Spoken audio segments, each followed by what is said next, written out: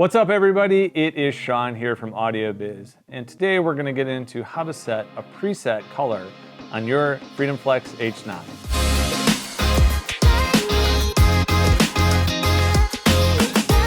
The most common use for a Freedom Flex H9 is with a static color, so let's show you how to set that up.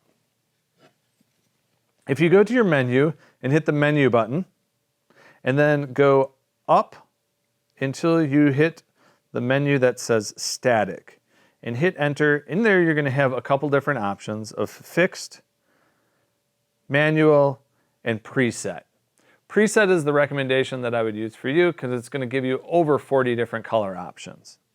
If you hit enter, you'll be able to scroll through all of the different options. So we've got red, we've got blue, green, we've got blue, we've got amber, white, UV, yellow, magenta, so on and so forth. But this allows you to get a common color set up on all your fixtures. For more information on how to use your Freedom Flex H9 kit, reach out to us at audiobiz.com.